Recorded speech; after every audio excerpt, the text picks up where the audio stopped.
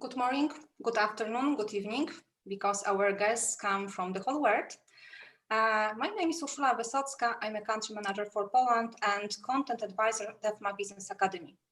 It's a pleasure to welcome you on our fourth of our series that we organize at Efma Business Academy, the webinars when we talk not only the business challenges, but we are also concentrated on the people, on the developing the people, on the people who are, I think you agree, the main part of our business success. We won't do anything, no great practices, no great experience, no great project without people. That's why we would like to continue our discussion about people. And during today's webinar, we will talk about organizational culture. I think that you will agree that the importance of the organizational culture has never been more evident. Culture is top of the agenda for senior managers and is included today in most discussions around strategy and risk. Despite this, it still possesses a difficult and often misunderstood challenge for organizations, and the promised benefits of the transformational programs undertaken in recent time are not being fully realized. That's why today we would like to talk about the organization culture. Today with my great guest, we will discuss how to implement the organizational culture and how to change the organizational culture that will run our organization to the business success. As I told you, and I would like, of course, to invite you to come back to our webinars because we will continue the discussion about people. But now I would like to welcome my great guests. I would like to welcome Nora Amanaf, Chief Human Capital at Maybank. Nora, welcome on our webinar. Thank you, Urszula. It's a pleasure to be here. I would like also welcome Mirosław Skiba, CEO of HDB Bank. Mirek, welcome on our webinar. Pleasure to be here. Thank you.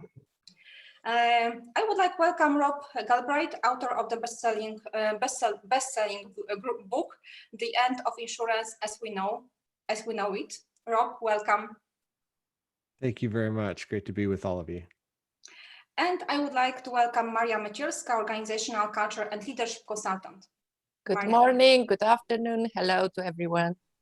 And of course, I would like to welcome CEO of Efma, John Berry. John, it's a great, you are welcome. Hi, everybody. Hope that everybody enjoys the next hour and a half or so and the opportunity to get into the detail with some quality experts on the panel. Thank you very much.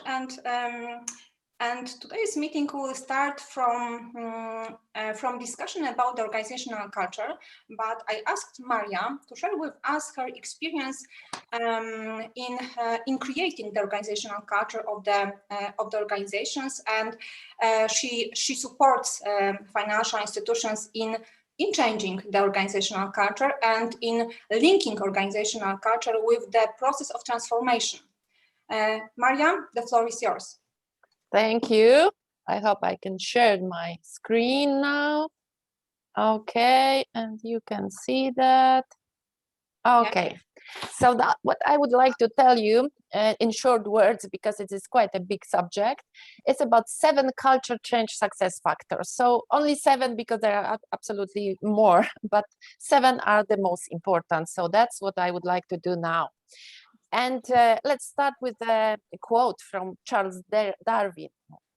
That's what we have to do now with the culture, to make the organization adaptable and responsive to change. So as Urszula already mentioned, that the recent time, especially pandemic, showed that everything is possible, that the world is unpredictable and is fast changing. And financial institution as other institution, but financial institutions probably even more than other needs to have or requires ability to adapt, to be able to adapt to change, agility, this kind of behavior that would quickly adjust to a changing environment. We need, but everything is about people. That's what we mentioned already, that everything is about people. Institution without people is just a social fiction. Yes, we are people. So everything needs, everything is what it is about. It is about culture, in fact, about people behavior. We need people who are entrepreneurial, achievement oriented, creative, independent in thoughts. Yes, supporting each other, cooperation as a team. That means ability to be adaptable. And that's what culture is about, what I would like to talk. Culture is about behavior or norms of behavior within the organization. So the culture is about the people thinking how they should behave in particular institution, particular organization, what to do to fit to the company, to the organization. And this is what cultural management is about. And in this fast changing world, corporate culture, in fact, is the only coordination way of coordinating people behavior, employee behavior within the company.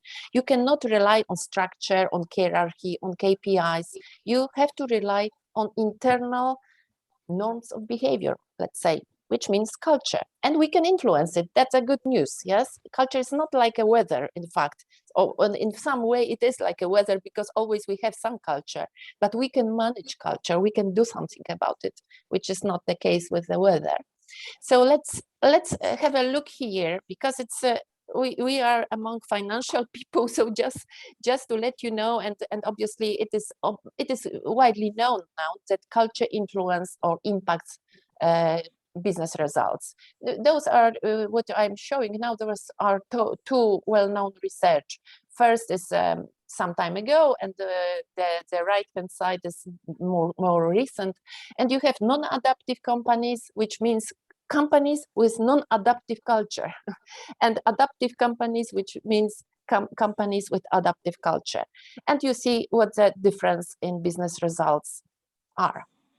On the right-hand side, you can see the results of the recent research that up to 46% of EBIT can depend on culture, really. So there is something really important in culture.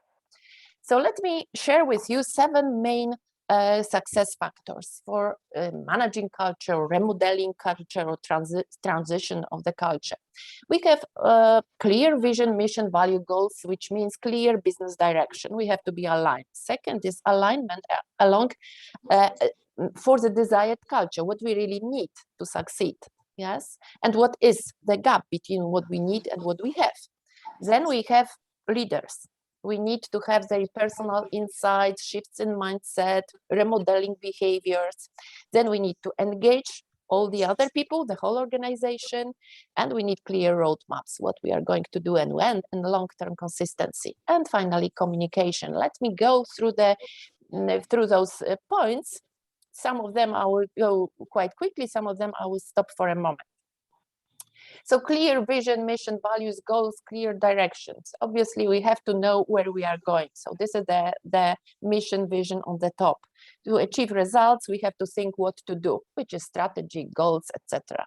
But on the right-hand side, we have implementing, how we will implement it, how people behave, how people will approach their work or cooperation. And this is culture. It's based on values, but real values, not only declared values. And values translate into behavioral norms, and finally in behaviors within the organization. So that's the first step. We have to be clear where we are going to be, what is our vision of success, where we are heading to. Then we have alignment for the desired culture and diagnosis of the current culture. That's not that easy. But we have to do it, because otherwise we don't have really facts to base on our approach, our work, our activities, etc. So we cannot just guess, okay, we want to change culture or transform culture in a good direction, but what exactly it means. So we need some facts. So that's a important, let's say, process, how it works with the culture. You have on the left-hand side, you have desired culture, that's blue. square. Desired culture, which means desired behavior within the company, what we would like to have to really achieve our mission, vision, according to our values, strategy, etc. So what we want, what kind of behaviors we would like to have within the organization. Then we have to measure the third one, really blue square. It is a current culture, which means current behavior, generally accepted behaviors within the organization, and compare those two, yes?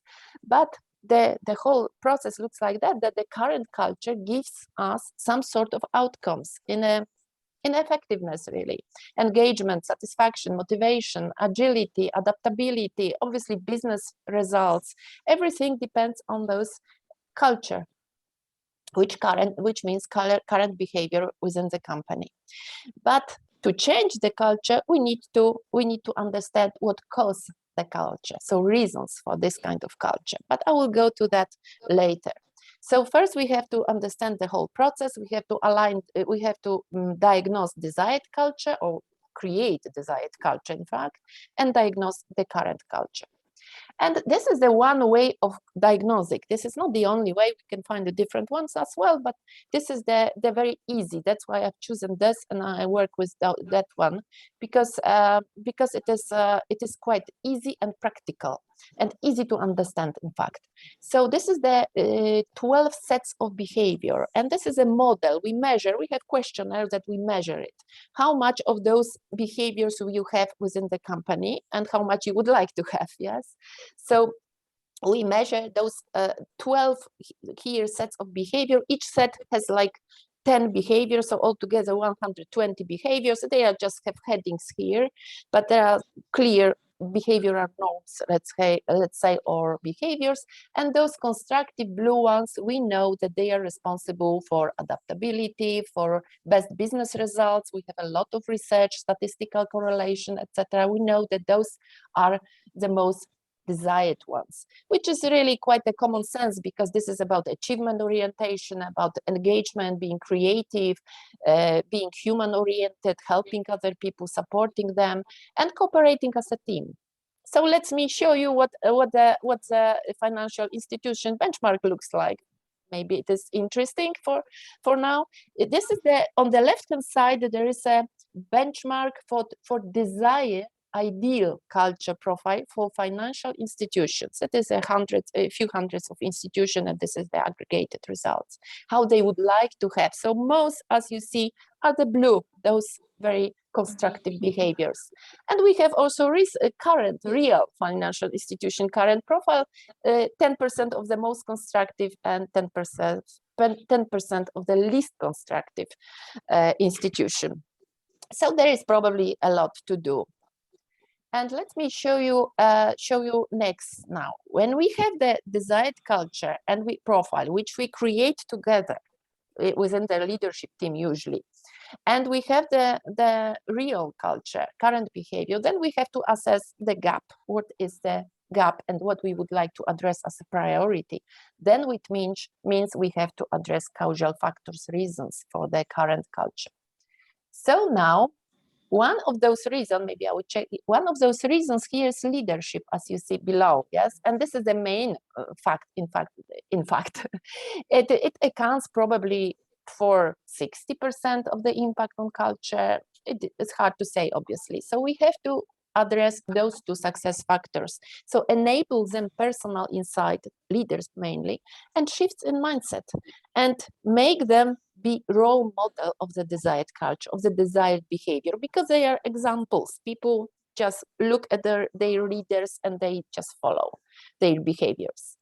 So what we have here, if we look at the leadership, belief and commitment from low to high, commitment to the culture change, obviously, yes, and from current culture to desired culture, so we might be on different stages within the company. First, denial, there is no culture, no worry.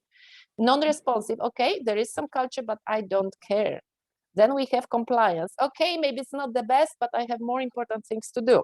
That's a commitment of leadership commitment. Then we start But then we have stagnating, obviously nothing is changing. Efficiency level is a transitioning, when we start to think about it, that we should do something, and we start to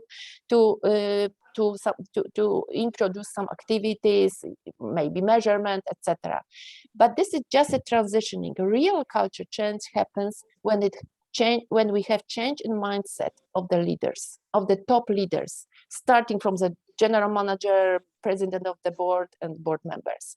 Then we start to transform the company and transform the culture as well. Then we have long-term, like an assignment to sustain it, the desired culture.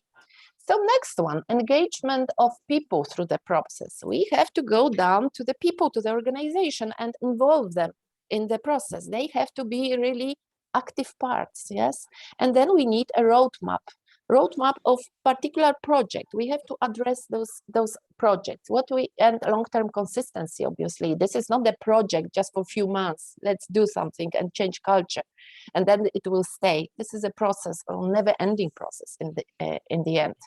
So let's now look at those system, procedure, policy, structural skills, and many other factors. Because when we want to change this current behaviors, yes, which means current culture, we have to address reasons for that.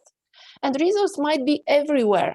We address already leadership, because leadership is for sure the most important, but there are also systems, there is a job design, policy, procedure, skills of the people. Everything can influence how people behave. It can motivate people to behave in a particular way or in a different way, yes? If we give, like, sales people just a single or separate goals, they will be competing between each other. If we give them common goals, they will be cooperating. That's the simplest way of understanding.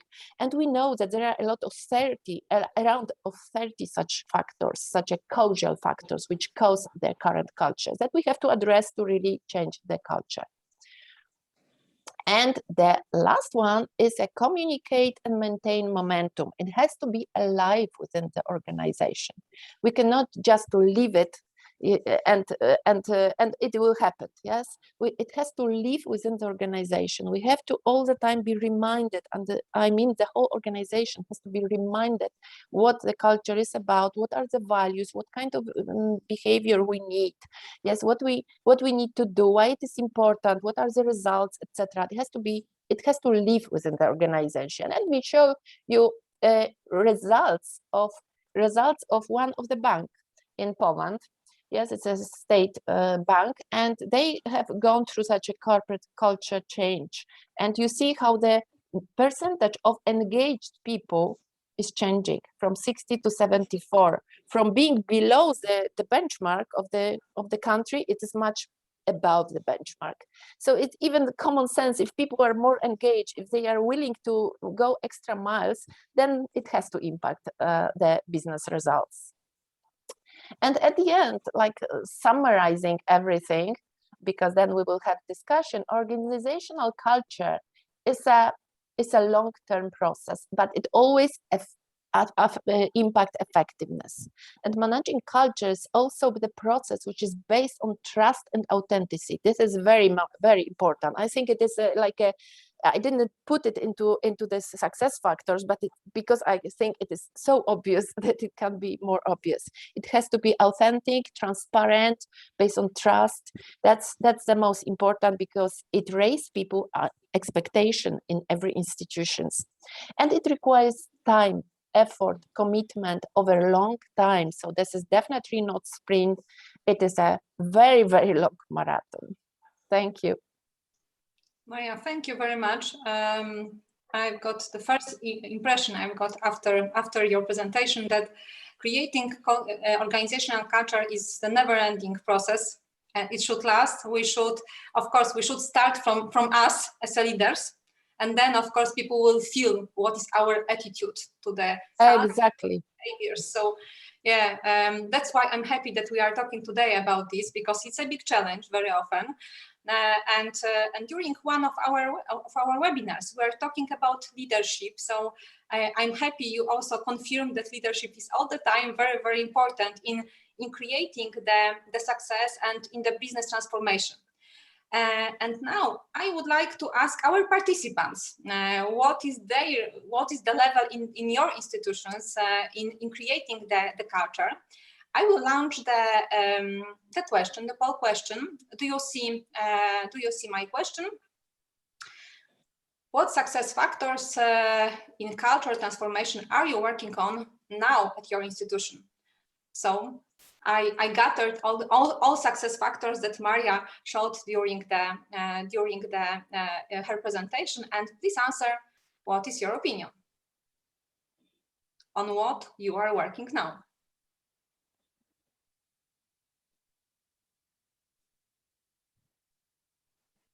I see a lot of different answers. It's good. Good area for discussion.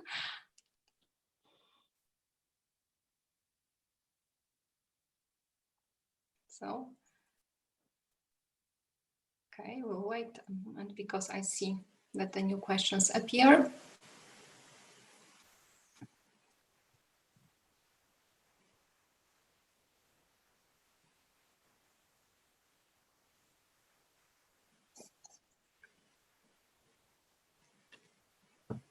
Okay. Oh. All the time somebody is voting. That's great. The more answers, the better perspective and the better picture. Okay, so I will end polling and I will share you the results. Do you see my results? The results of the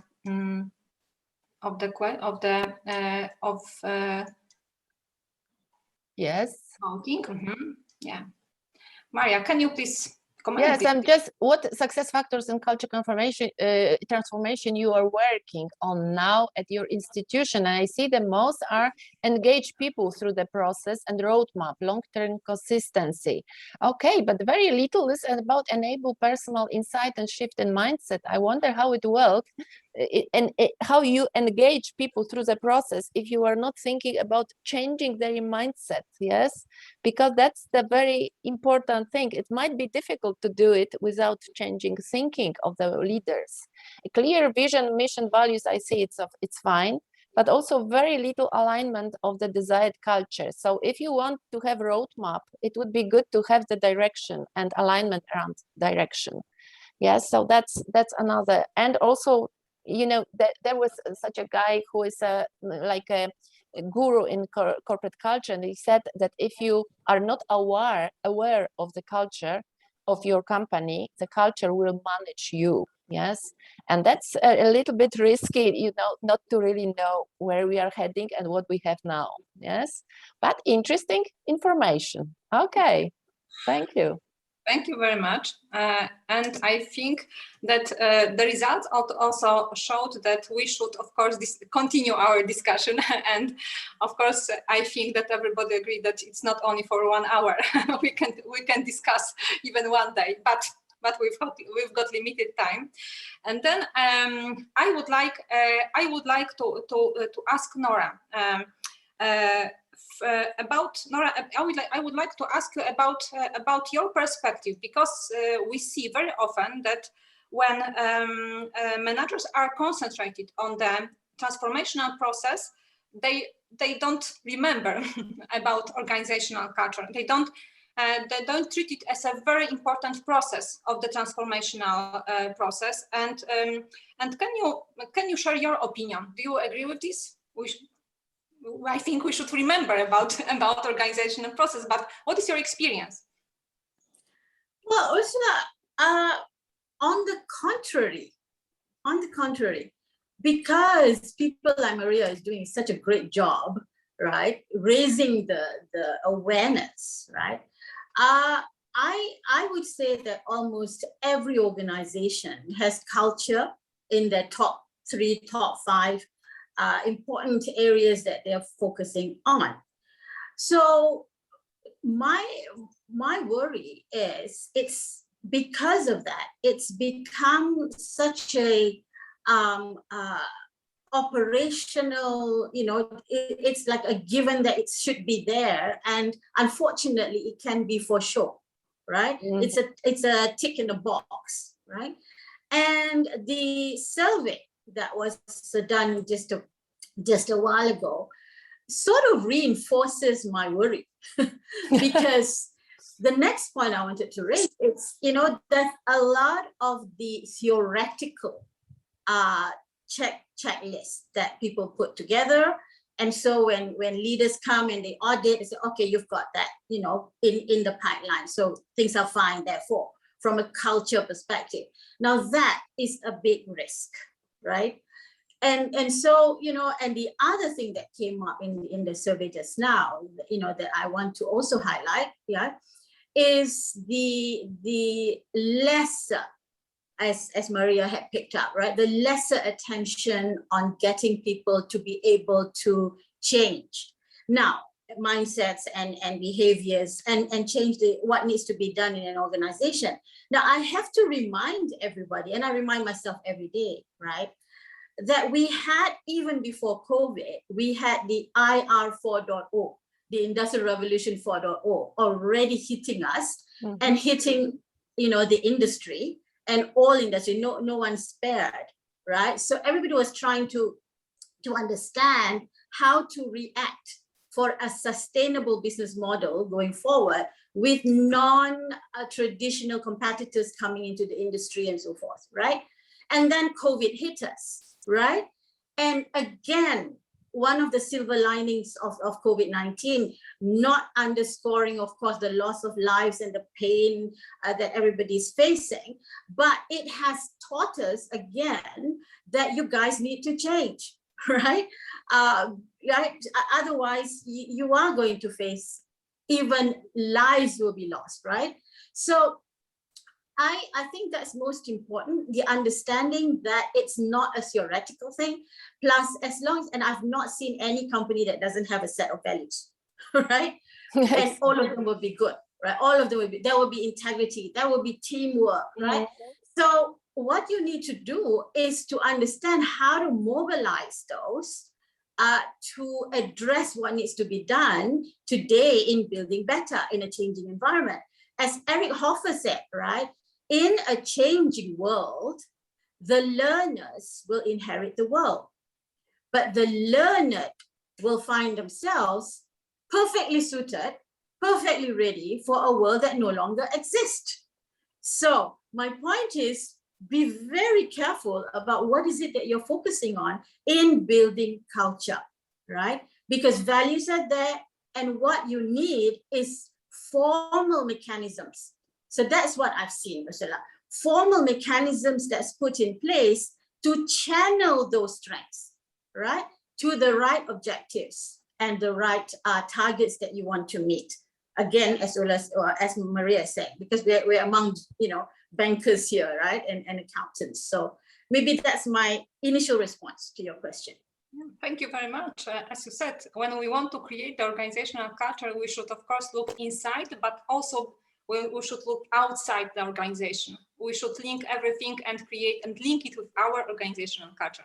So thank you very much, and I will stay with you because I would like, because I know that you are doing that you are, of course, working on creating the organizational culture at your bank. You are one of the main managers who create and who work on this. Can you share with us your experience, what you are doing? How do you create organizational culture?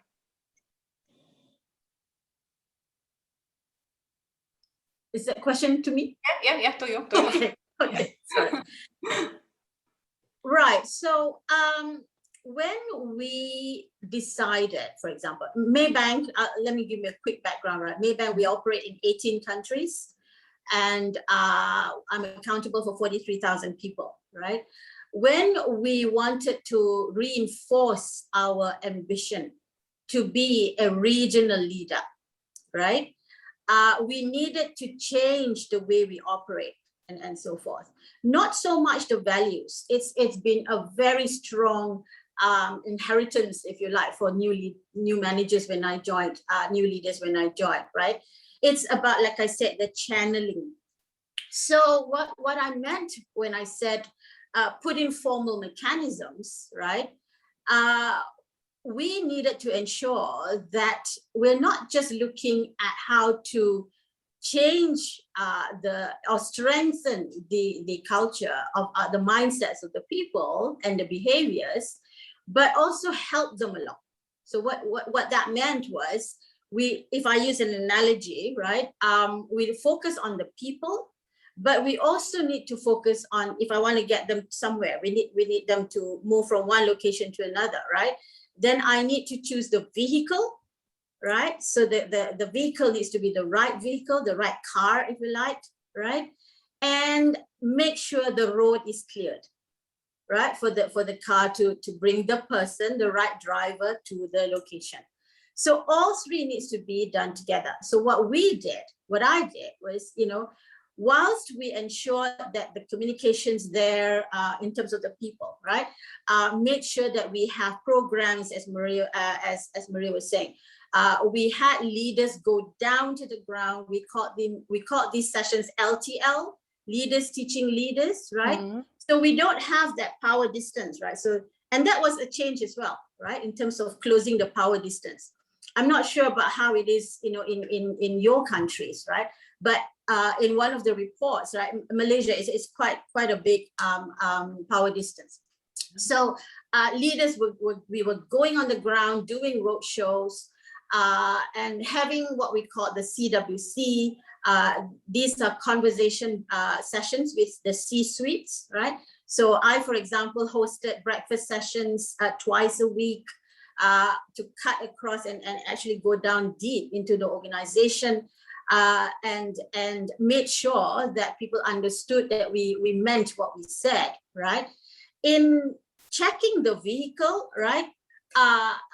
It was looking at how to use new generation performance management systems, right? How we could change the reward system, right? For example, the individual based rewards, right? It serves certain purposes, but there comes a time, especially when you want to make a major change, right? Moonshot type, breakthrough changes. One person can't do it, right? So the individual rewards had to take a back seat, and we quickly put in the group team rewards mechanisms, right? Then you have the shared and alignment, like Maria was saying, the aligned objectives, and we drive it together. Otherwise, the old reward system, you'll spend most of your time trying to explain how it's been fair that, we've given Ursula 5 months, but Maria 9 months, right? And then people get distracted in the conversations, distracted with the trees rather than the forest. So we looked at rewards. We looked at how to make sure that people were supported in their learning, right? Just now I mentioned and ensured that people understood that it is okay to make mistakes, for example, right? But don't do it too often, of course, right? But people, otherwise, in the past, then you get whacked every time you make a mistake. So doing all of that, and then clarity of what is it that we're trying to achieve, right? So the switch from a local champion, we are until today, of course, the ranked first in terms of market cap, and we are in the top 5 in the region. So we then made sure that people understood we wanted us to be an international player, right? And how do we do that? Again, information, right? And making sure that we are featured rightly.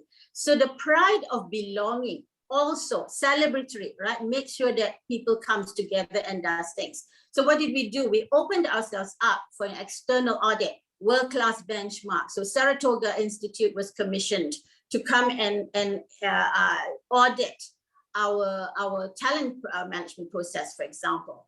And I'm happy to say that the results came out that out of the 7 areas audited, 5 is best practice, and the other 2 is actually leading practices.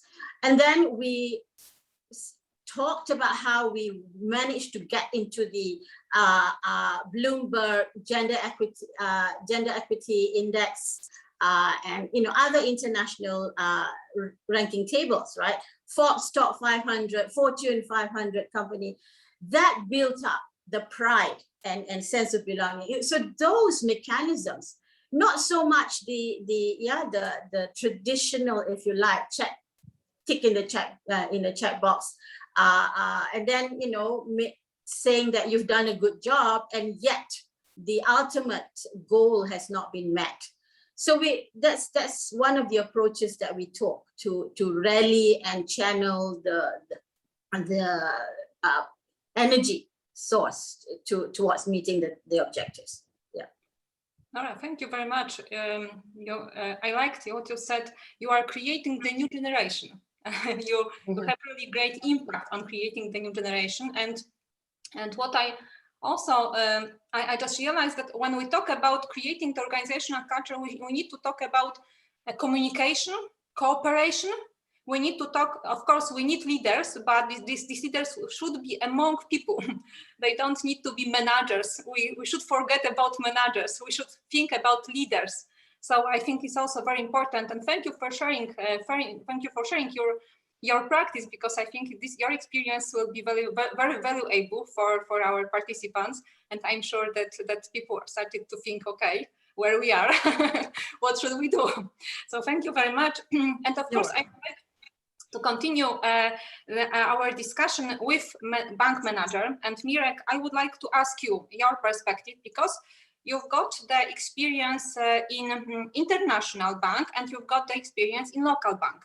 But I would like to start from your experience in the international financial group. Can you share with us how to manage the organizational culture when I think we have no doubt that in the international group we've got different of course organization, different culture, but also these are different countries, so people are different. How to manage how to create organizational culture that will link people from the whole world? Well, I think that's very important is what Maria said. Also, that in the beginning, people has to understand and has to know what is the mission, what's the vision for the group, yeah, for the big organization. But then the question how it should be rather be prepared to involving people from the different countries to keep a very engagement, to be able to encourage people to really be engaged and to build the big organization.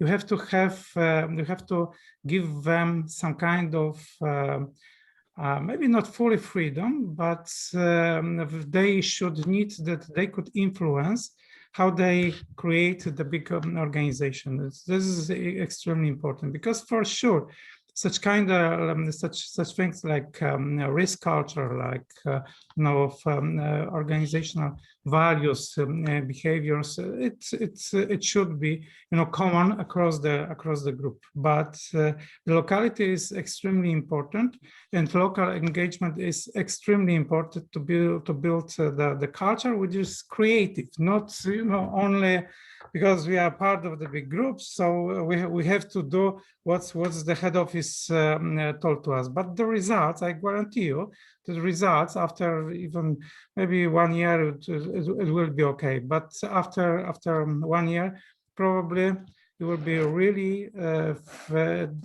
surprised, negatively surprised, if you will be not able, to keep the engagement on the local level. I think that you mentioned also that I have multinational, but also local experience, and I must say that the differences are not so big. Yeah, it's paradoxically are not so big, because I'm head of the SGB Bank. SGB Bank is associating bank for 200 cooperative banks, which are operate locally in Poland, in one country. But those cooperative banks, they are separate entities with their own boards, with their own shareholders, and they are very closely connected with local communities. They are, proud of what they are doing, how they are doing, and you have to find to them also the way how to build the value on the association level. Yeah, that's how to use the opportunity to work together, but giving them still this independence, the part of independence, keeping the engagement on the level which, in fact, there is a value for customer, for the business, for shareholder. So I could compare how it works in the multinational, really big financial group in comparison to the local group connected with the very local small locally societies. And I must say there's a lot of tools, a lot of behaviors are quite similar. Of course, figures are different, completely different, let me say, but the behavior in terms of people behavior is quite similar. So to sum up it, I think that to keep to be able to create the culture, because without, I fully agree that without culture, we can do nothing, in fact, yeah, in the longer term perspective. Forget about implementing strategy, forget about building the long perspective for the for companies. We can do nothing absolutely. Maybe a few months will be possible without changing people behavior, without engaging people on the every levels. Yeah, and I agree that we need leaders, but we also need managers. But we need managers, but managers who are supporting what we want to do. Managers who are understanding for what we are doing, yeah, and understanding also people who are working together with us. So multinational group, local group, really the culture is key to think about developing, to think about modernize, to think about real transformation. Yeah. It doesn't matter, digital transformation, organizational transformation, but culture has to be strongly, very strongly connected, because this is key success factor. But also culture for me never was a target itself. Yeah? Culture is a way how to deliver, how to realize the strategy. So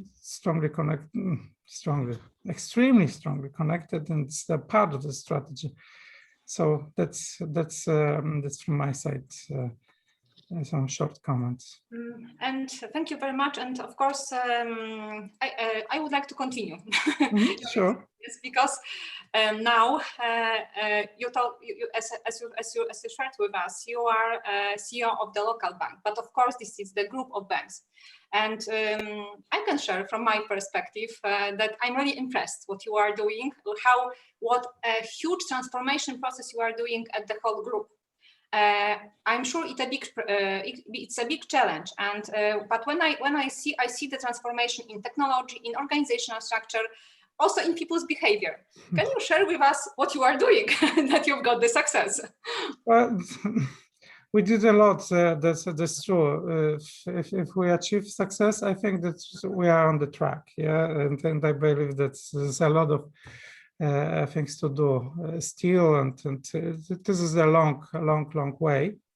I think that this is again, yeah, that it was possible because of the people, and not only newcomers who joined with me to this group, but extremely important was, to convince people who always work for this group that is worth to do, and there is possible. Yeah, that as Maria said, the first point, I remember it from your slide. Yeah, that clear mission, clear target, what we would like to do exactly and why. What's the result finally we'll have? Yeah, and remember, those managers of the cooperative banks, those small banks, but they are businessmen, yeah, or businesswomen, of course.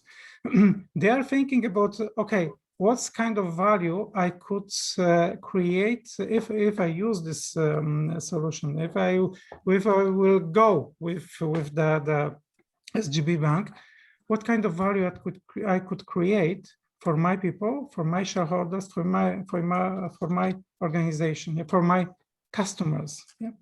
And if you are able to convince them that really worth to do it, this is the first step.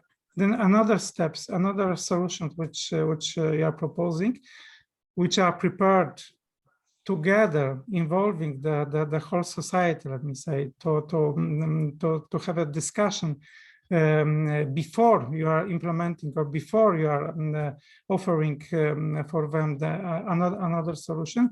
That's for me, that's the key issue. And because we implemented also such kind of, we change approach how we are implementing the changes as well. Because the time was not in favor to us, because our group was a little bit, let me say, well, they were not the leading organization in terms of implementing especially the digital. So we decided to do it in a different way, not in a classic way, let me say. That we decided to emphasize the cooperation within the group, but also with our companies, with our suppliers, with a company which we operate. We are decided to work to build some kind of net of value for our customers, but building it like, connecting the dots. Yeah? We are choosing the best solutions and already prepared solutions which are available on the market. Then we are connecting it with our existing systems, which allow us to create in a very short term very high quality solutions for appreciable by customers and by market as well. Solutions like, for example, our mobile app. It was built, using using the existing features not used yet by another banks. There we are connecting it together, and we used also totally new approach in terms of technological architecture. We used, I think that on the biggest scale, and I think that even in Europe, in fact, in terms of API approach, so it allow us, to prepare solutions, final solutions for our customers, not waiting for the one central system for every banks, but it allow us to use existing core systems in different banks, but the proposal, but based and use the API, we were able to connect the mobile app, EID, also the special programs prepared for example, for pandemic time for the companies, which suddenly the different core system, in particular cooperative banks, was not stop us to deliver the same the same solutions for every members of SGB group. So I think that it's convince those who maybe not fully believed that there is possible, that we are thinking about the whole group, that we are not dividing by those who have some opportunity not, and those who do not have, that if that there is open door for everybody who wants to do it, yeah, and who believe that and who need such solutions. And in the meantime, I think that's also fantastic. I was able to complete fantastic group of people, and I emphasize it very strongly. Not only from the different organizations, but we have fantastic people inside SGB who work for a long time here as well. So the mix of existing experience plus new fresh and from outside, I think that it creates for our members of the association, but first of all for our customers also, the new value. And also in the same time, we put very strong attention not to change how we are perceived on the market, how the cooperative banks are perceived as well. Because in the past it was, I think that the cooperative banks a little bit put too less attention for this area as well. So maybe for it's now because it was. Maybe I'm talking a little bit too long, so sorry. Yeah, but thank you very much for sharing your experience. It is, of course, this is the main value of our webinars, and when I listen to you, Nora, and to you, Mirek, I just realized that, and I'm really happy. I really appreciate that you shared your experiences, but you've got different experiences in creating the organizational culture. Nora, you build your organization on a higher and higher level. Mirek, you create organizational culture at the process of change management. I think this is different way of creating and working on organizational culture. So thank you, because of course, thanks to you, we have different perspective how to work and in what situation. We need to look at what stage of development is our organization, and then we need to think how to create it. But to add something, for me it's obvious that another step will go to what Nora said, that this is natural. Another step for my organization. So.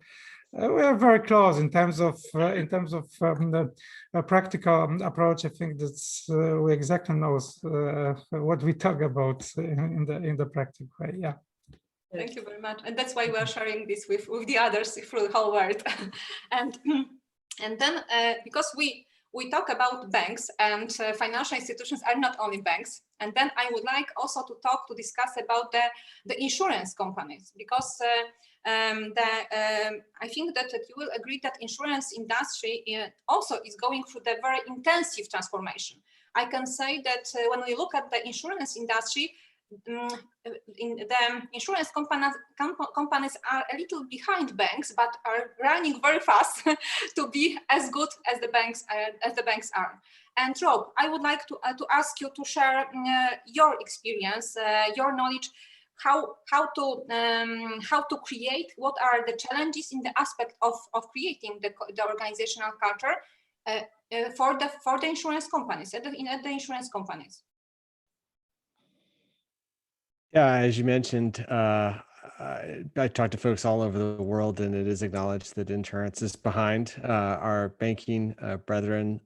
Some estimates have it as little as 2 years. Some I've heard out to a decade behind. So I'll leave it to the audience members to kind of think about that question of how far back insurance is from banking. But the reality is there are some amazing forces really forcing change on both. Certainly, you had the financial crisis of 2008, where it seems like there's always some banking crisis going on in different parts of the world that we kind of read about. New technologies. We've talked about the revolution in mobile computing, apps. Obviously, we've got the rise of cryptocurrency now with Bitcoin, et cetera. And the same is true on the insurance side. Both banking and insurance are highly regulated and fairly complex products. It's not just something that you're just going to get on a website and have shipped to your front doors. We've all probably had that experience during the pandemic. There's a lot of education that's involved. There's a lot of sales that's involved. It's not easy to produce and deliver those products, nor is it easy for customers to kind of learn and understand and use them, and that kind of builds up over time. I will say that the radical changes that we've seen in technology have opened up new possibilities, and that makes it very challenging for existing institutions. I mentor a lot of startups. It's one of the things that I enjoy doing most, and I would say that very broadly speaking, when I talk to founders of startups, they fall into three categories.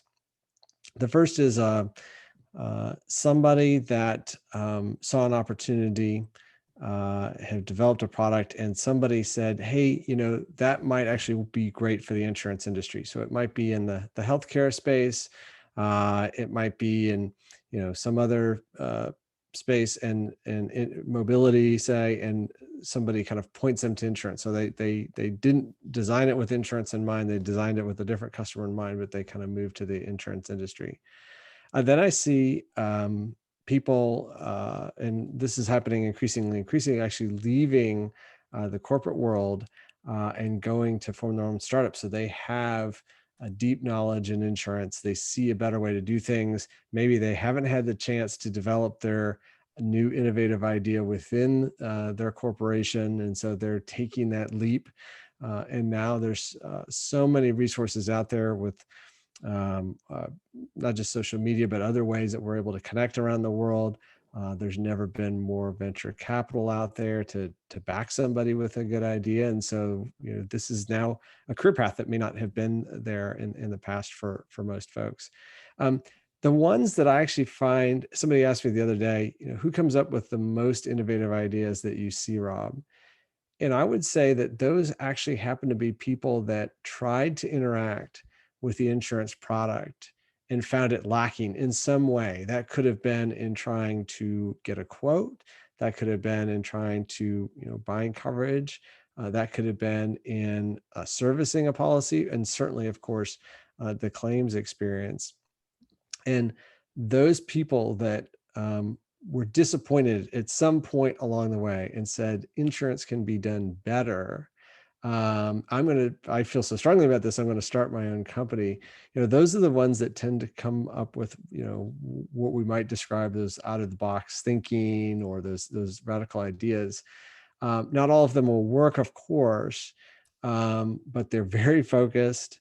They see a real need for change, and they're just kind of laser focused on that. And so I think, and they're not constrained in their thinking, and they're willing to experiment. They're willing to fail.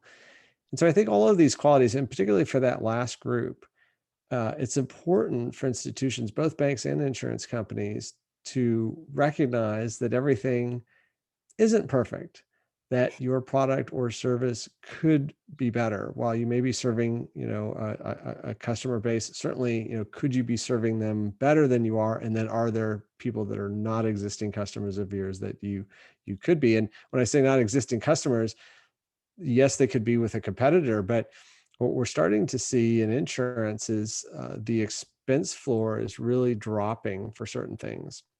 In the world of microinsurance and parametrics and others, things that you would never even have considered insuring in the past, or that insurance was needed for, people want to buy those products now. You can buy insurance for that package that gets stolen off your front porch now. in a way that, in the past, I think a traditional carrier would not have seen that as even a segment of the population that needed that. So what I will say is, while we need to admit, first of all, that things are not perfect and that we can do better, both as an industry and within a particular organization, I really would caution away from a culture standpoint of creating either what is often described as a burning platform of this thing is, really going down in flames and we need to address it immediately, or what I would describe as a moonshot. This whole, this aspirational, we're going to, try to achieve that. And the reason I try to avoid both of those extremes is that they often are perceived as fleeting by your employees. They're not necessarily visceral. You may tell them that the platform is burning, but if they don't perceive it as burning, they're not going to act in a way with that urgency that you're looking for. And quite frankly, people are comfortable with the status quo. They don't want to change their day-to-day routine. We all are creatures of habit. And also employees, and, Miro talked a little bit about them, certainly you may have some new employees, but you've got those existing employees that may have come in before your time in the leadership chair. They've probably seen different change initiatives in the past, and they've seen which ones have succeeded, and they've probably seen a lot more, quite frankly, that have failed. And so there is a sense for, this is the flavor of the month, or this too shall pass. And so getting them to really understand your level of commitment, and then this is a long-term process, I think is critical. Maria had some wonderful suggestions in her presentation about really affecting change, but it's certainly something that you have to show your commitment. You have to show that it's in for the long haul. And Nora really touched on, it really, quite frankly, comes down to changing incentives. You can talk all you want, you can have as many trainings as you want and banners or whatnot, but quite frankly, those incentives tell people what is valued at your organization and what is perceived as success.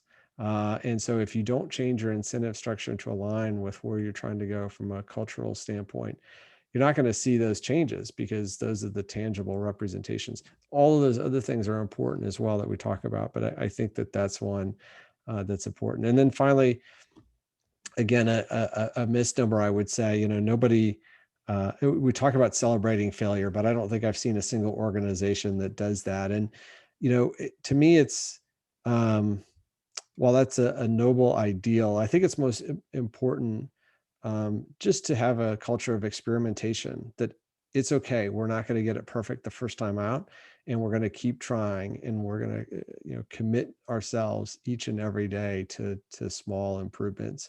Somebody, one of the participants mentioned something in the Q&A about this. And I will say that organizations in the past have really had very strong, in fact, most institutions have, and most successful institutions, I would say, have very strong corporate cultures.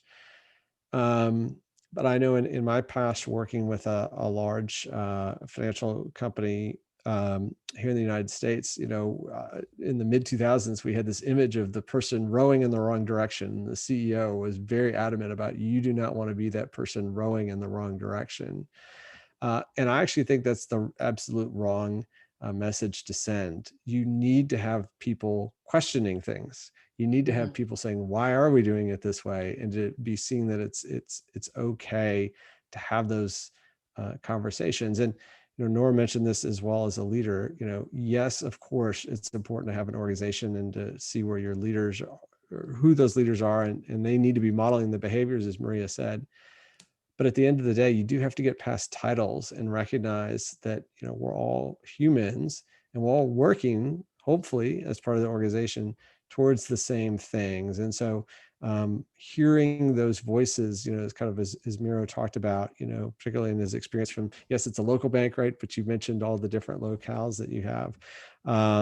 People's voices have to be heard. And of course, that has to really, no matter what culture you're trying to shape, having a culture that values diversity and inclusion is really important, because Not just, I think those values are important in and of themselves, but it's really important from an innovation standpoint as well, because those, again, are where some of those new ideas are going to come from. If everybody looks the same, talks the same, you're going to think the same, and you're probably going to come up with a more limited solution set to move your organization forward. So I think for all the reasons that, those are important human values, but they're really important from an innovation standpoint today. And we know that is the one constant is change. We don't know what the next decade is going to face. If we need any reminder, this pandemic the past year has really showed, been yet another reminder of that. And so we don't know where, we may have strategic priorities that we're working on, but the fact remains,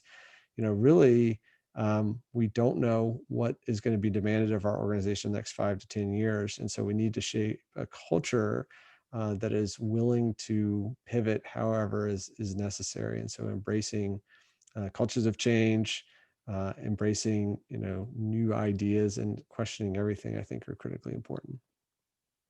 Oh, thank you very much. And what you've said, when we talk about the transformation, we need to also create the culture of innovation. Yeah, we also to take our people, of course, out of the box. I think it's very, very often it's the biggest challenge, because people feel comfortable in their places, in their rooms, and they don't want to go outside because it's safe. So of course, I agree that it's very, very difficult. And also, you said very important point when we talk about innovations. I think the truth, I heard it also at from one of the bank's manager, who also said, if you talk about innovations, please don't concentrate on the ideal solution. Please step by step implement solution, engage people, and check what is going on, and work on improving this solution. So it's really great that you shared it with us, because it's very important. Sometimes when we think about innovation, we think about some ideal solution, and it can be dangerous because the competitors don't sleep. They are waiting. And of course they also implement the solutions. And I think that I would like to know your opinion. Of course, the culture of innovation is.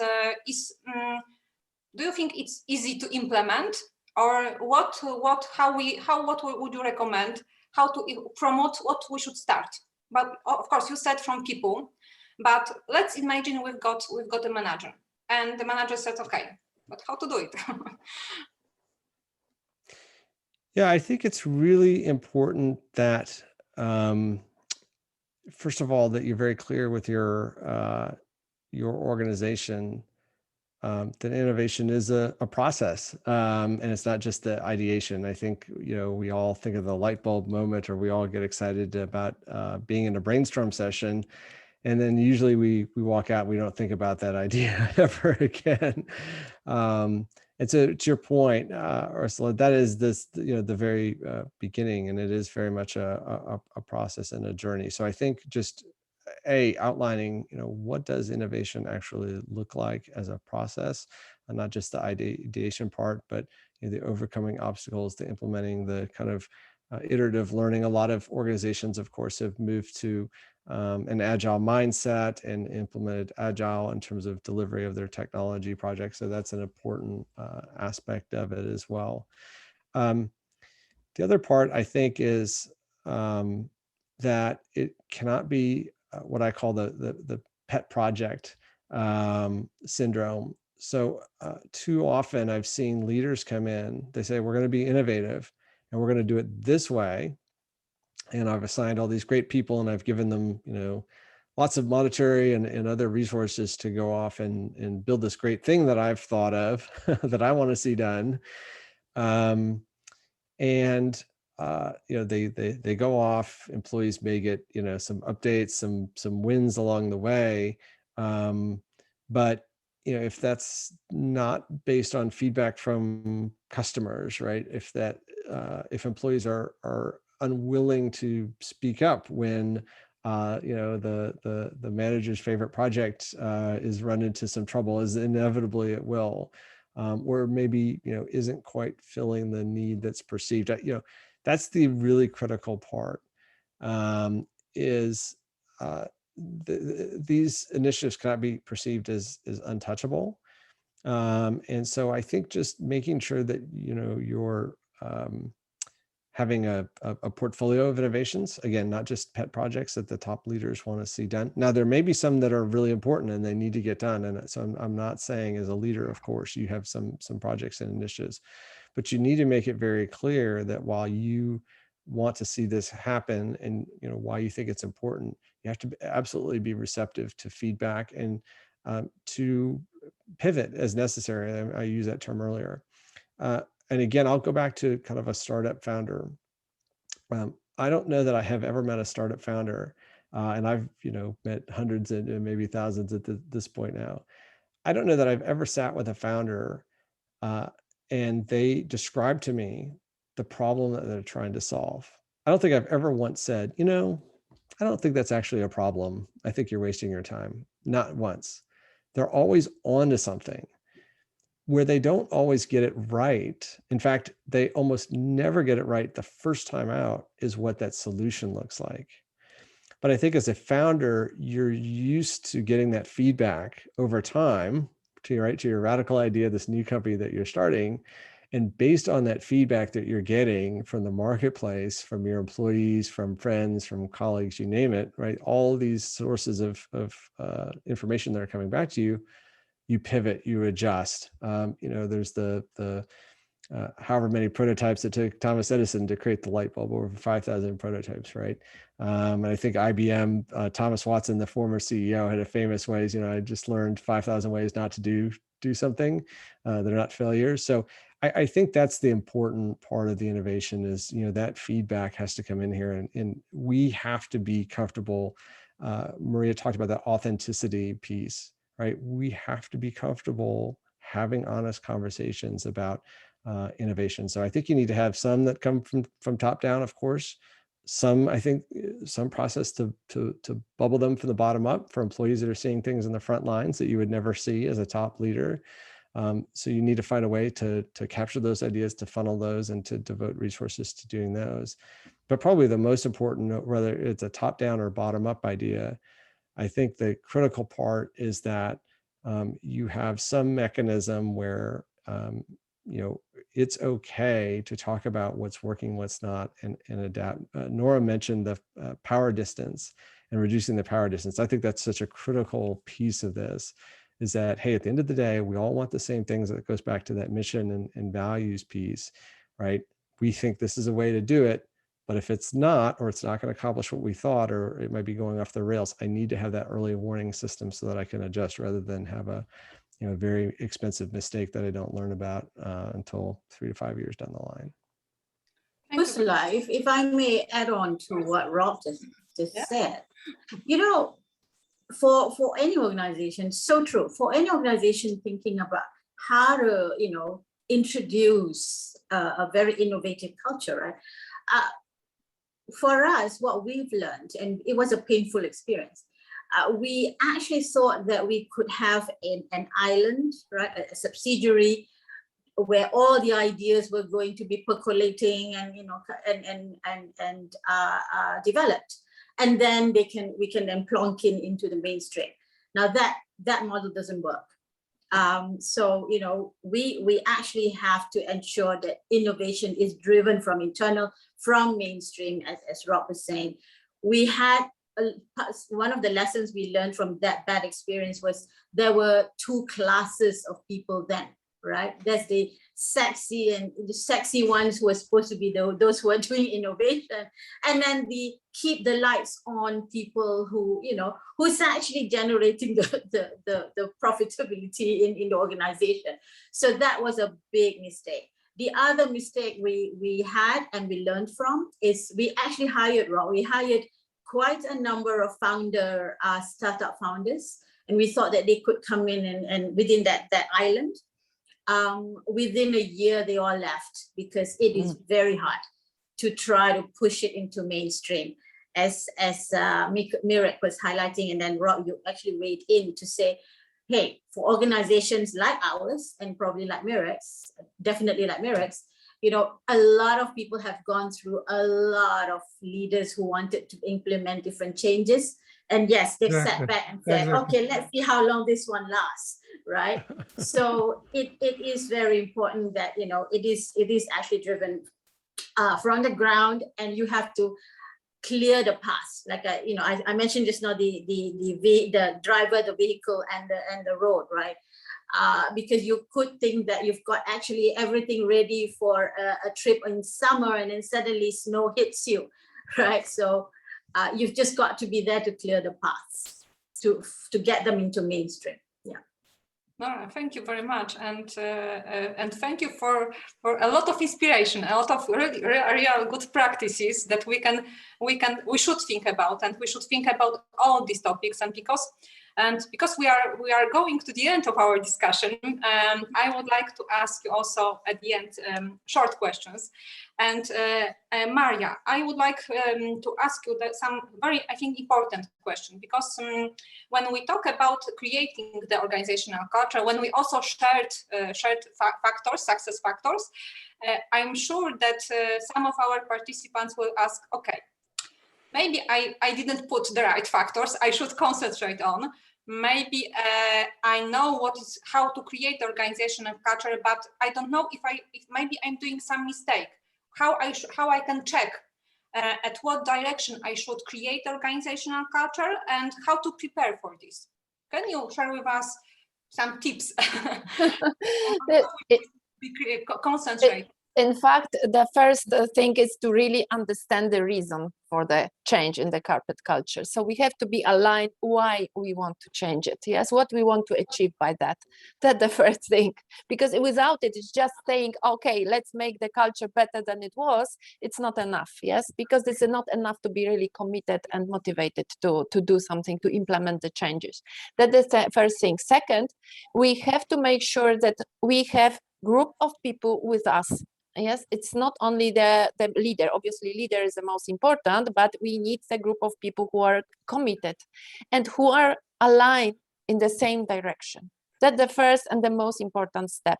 And I really think that we should diagnose it, because facts are really much more communicative, let's say. It's easier to communicate what we are doing if we have facts, and easy to understand for the whole organization. Some clear facts, visuals, or whatever, you know, to make people understand this is what we want, this is what we have, we need to change it. So everyone is with us and we are starting to do it. And one more thing that I already said, but that was on the question from participants, it was about creating psychological safety. And I think this is very important thing, which we didn't talk much about. But to make people innovative, to make people really involved, engage, we need to create the psychological safety, which means safety of employment, the area, you know, some space for risk, for mistakes, yes. But that goes down to really immediate leader, because immediate leaders are probably the best to really create such a safety, psychological safety. But in general, that's very, very important. Oh yeah, thank you very much. And Mirek, I would like to ask you for some words, one sentence, because we've got limited time. What would you recommend? How to prepare? From what to start the transformation process? For the banks who will start it in the future. A lot of between lines. It was a lot of such advices, let me say, was mentioned here. But for sure, clear target, which allow us, you know, to convince people that we have to change ourselves. That's a clear target. Then recognizing what we have, what we need, what we have to do, you know, to deliver it. And I fully agree also with participants that without a group of people who are convinced that we need the changes, it's a waste of time. Yeah, and finally it will disaster. So then very consequent next steps in terms of, you know, checking points and the open, strong discussion about if we deliver, it's okay. If we not deliver, what's the reason, and so on. And of course, moving very quickly, moving from the change management to the building really organizational culture, to be able to achieve the final goals, because change management it's like an open, there's a first step, is opening the door, but to be able to change in the very efficient way, in longer term perspective, you have to change the culture, because it's for sure will come sooner than later to you. Thank you very much. And Nora, I would like to ask you to share your recommendation from HR perspective, because you are responsible for HR area. But I think that you will agree, when we want to create the organizational culture, a good organizational culture, we need to, the managers, the business managers need to cooperate with HR managers. What would you recommend? How to do it? Well, I know that in the community that's listening, there are a lot of HR managers, but I'd like to make sure that we understand that we are not HR managers. I don't consider myself an HR manager. I'm a chartered accountant by training, and HR wasn't my first job. I was invited to come into HR. So that's the first thing I always tell my team. We are business managers at the end of the day. HR is just a discipline that's in our toolkit. So that's my first response, actually. And so, but I think, everybody knows that today, and in building back better, it's all about being human. So it is the HR part, right? Businesses, as Larry Fink famously said way before COVID in 2018 in his BlackRock, in his letter to the CEOs, right? He didn't say, hey, CEOs, I want an ROE increase of double digit. He didn't say that. He said, CEOs, I want you to take care of your staff and your customers, and the money will come, right? So I would say all managers, all leaders, leaders, right? Think about the human side, and human means employees and staff and customers, right? And find solutions and make sure that we build together better, right? So one example of how for me, it's not just words, right? For Maybank, we have never said that the first response to the challenge that we have with the automation and digitalization that we are going through, definitely we're going through, but we are not cutting headcount as the first reaction. We are not saying we're going to be cutting 8,000 people, right? But what we did was we set up a career transition center and truly put people through that, and not just reskill them, but place them in a different job, either internally or externally. Because we know that paying people off to leave with a severance package, you can make it, really good, 3 years worth. But history has told us that within a year, all that money is going to go. It's going to be fun, right? When I was in Boston, I attended the Harvard AMP program, and we had Bank of America, Brian Manohan, come in as a guest speaker. I asked him, because one of his introductory points was, hey, we've actually just let go another, 10,000 people. So I asked him, I said, Mr. Manohan, respectfully, do you know what those people are doing right now? Right? So these are new solutions that we need to look at from a people standpoint, from a human standpoint, in terms of what we're doing, our business models going forward. Otherwise, it will not be sustainable for everybody. Lesson from COVID, we are all connected. I can take care of myself, but if I don't take care of you, right, we're all going to go down together. Yeah. You are right. Thank you very much. And Rob, one sentence. What would you recommend for the insurance companies managers? I think it's a marathon, not a sprint. And I see too many organizations trying to perhaps make up for lost time, and they sprint. And what happens is you wear your organization out and everyone gets tired and you regress. So you just need to kind of commit to, sometimes you may need to speed up a little bit. Sometimes you may need to slow down a little bit, but know that it's a marathon and treat it as such. Thank you very much. And now I would like to ask John for the conclusion of our discussion. I think we discussed a lot of topics, so I'm sure it won't be easy in a short time. No, I mean, I suppose the first thing is to thank everybody for their insights this morning and for the time they've given up to share them with the attendees, because it's a big issue. The whole of the financial services sector is suffering significantly from the competitive environment. COVID, of course, has been another major impact on the industry and making a significant impact on the way people do business. I think what's interesting as well is that both insurance and banking are risk industries. It's all about risk. But there are times when actually, my view is they're not very good at taking risk. They find ways of not actually taking the risk.